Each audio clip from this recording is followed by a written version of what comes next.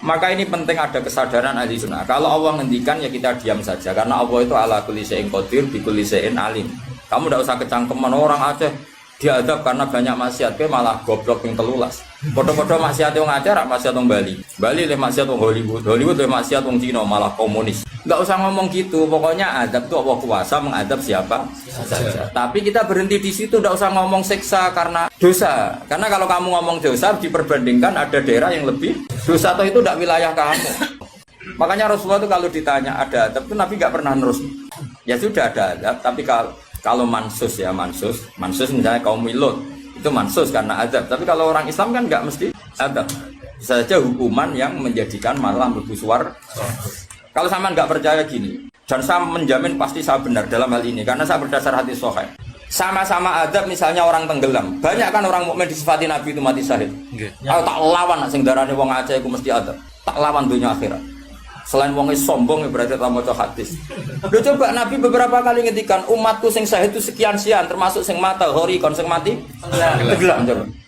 Artinya ada bentuk gharik yang justru syahid. Kecangkeman dora tahu ngaji kecangkeman. Oh tak lawan dunia akhirat. Karena sok sucinya.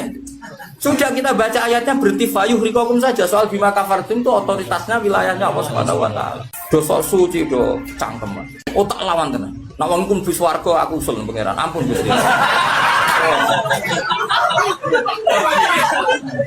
Niku nate ngenyek tiang sak provinsi. Sok sucinya. Lo coba ya. Banyak orang mati divonis, misalnya kamu, wah iku krono adab. Ternyata Nabi ngendikan maktun wong lara weteng syahid. Gharik syahid, mahdum syahid. Orang yang mati korban, kan kita tidak pernah tahu. Ya sudah, bodoh-bodoh tidak pernah tahu, pakai yang husnul khotimah saja, pakai yang husnudzon saja. Saya ulang lagi, ini penting saya utarakan. Jadi Allah saja yang Tuhan ngendikan itu potensi. Saya pastikan lah. Kita semua kenal Allah yang warahmati wasiat. Nabi berkali-kali ngendikan inna rahmati sabaqat ghadabi. Sebagian riwayat bukan sabaqat, ghalabat.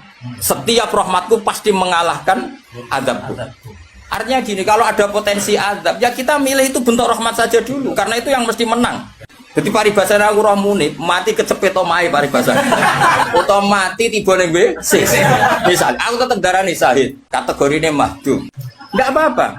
Karena menduga rahmat itu lebih gampang karena Allah jelas ngendikan ning hadis Qudsi inna rahmati ghalabat ghadabi. Berarti gamane pola semua itu lebih baik kamu tafsirkan sebagai rahmat.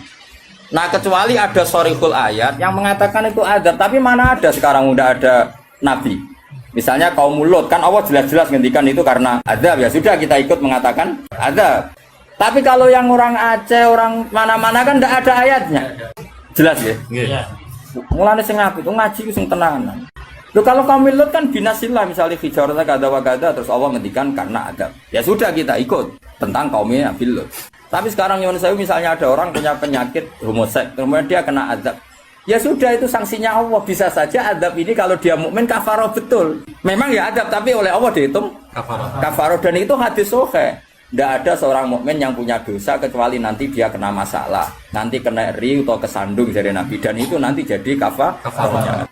Jadi saya pastikan fayuhrikokum bima kafartum itu untuk konteks orang mukmin kamu baca separuh saja sudah Allah itu mampu menenggelamkan kalian.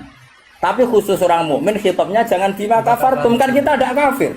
Loh kalau Allah kan maha tahu sehingga Allah berhak dong ngendikan bima kafartum mergo kowe kafir. Kita kan tidak tahu apalagi darinya dia mukmin kan ayat itu tidak kena. Ayat itu kan pada orang kafir bima kafartum ayatil kowe bima amantum.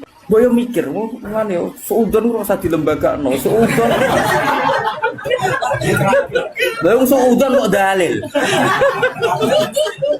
Ijak ana panggunge dia. Wong seudon siri wae elek men seudon kok dikei panggung. Ajak-ajak bisa. Lha seudon kok dilembagakno. Tak lawan yakin dunia. Bahaya itu bahaya sekali. Ora terima bahaya sekali. Ya saya ulang lagi ya. Jadi kata qadir itu potensi. Enggak mesti terjadi karena kita tahu warahmati fasad benar. Inna rahmati sabaqat ghadabi wa firwatin ghalabat. Jadi kalau ada fenomena tak pilih dulu itu rahmat, terutama kalau pada orang mukmin. Mulane ngaji to, pun nanganut kula. Fayukhriqakum bima kafartum. Sing berhak ngendikan bima kafartum iki sapa arah pengiran. Wong yang terjadi di Indonesia udah do mukmin, mana mungkin kita teruskan bima kafartum. Rungokno tobat wong-wong. Aman Nabawi anut Sayyidina Ali. Jadi Sayyidina Ali, aku sebenarnya ketemu pangeran pertama, ngelapor wong sing masalah mbak. Ana awwalu man yatsu baina yadir rahmanil khusuma. Aku wong pertama sungkeman yang pangeran. Iku apa konfirmasi, musuh aku bener di. Aku sih yakin ngono. Aku sebenarnya ngono. Ulama dilawan balik ngenyek wong. Tapi kalau Allah ngendikan adab itu mau ngendikan potensi.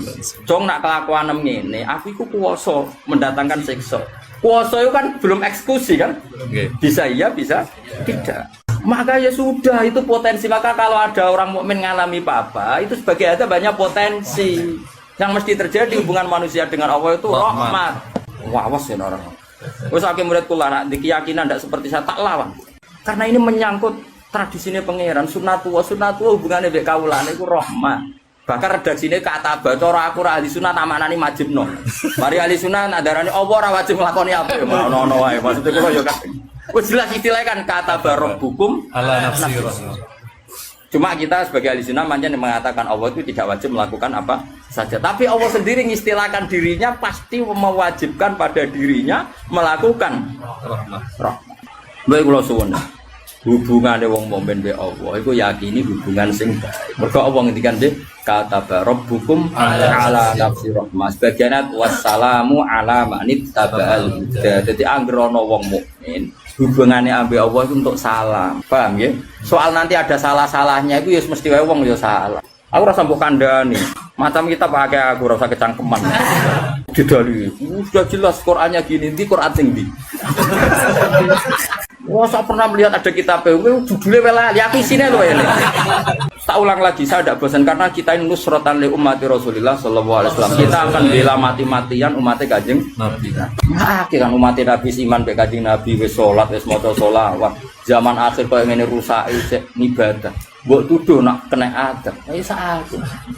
Wis tak nak kena sanksi koyo Kanjeng Nabi lho nak ngendikan niku. Kanjeng Nabi nak ngendikan kan enak, wong mukmin kena ri, kena opo wae bahkan susah. Wong mukmin kok susah. Susahe wae insyaallah dadi kafarah. Mulane Kanjeng Nabi nate ngendikan inna minadz-dzunubi dzamban la yukaffiruhu illa hamul maisha. Ana dosa iku isane kafarah nak kowe susah. Asa ulang lagi berkali-kali. Pokoke nak ana masalah mbek wong mukmin, sing gampang takwilane yaiku hubungane rahmah. Iku sing bisi watil jasmi.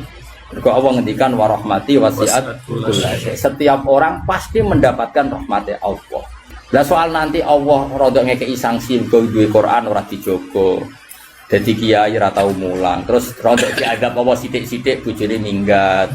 Rezekine angel. Yo nak pancen iku adab tenan mesti asal wong mukmin statusnya apa nglebur dosa ora istena. Kok sing hukume adab terus piye? Jadi anggapnya dikopiok ngono lho maksudnya.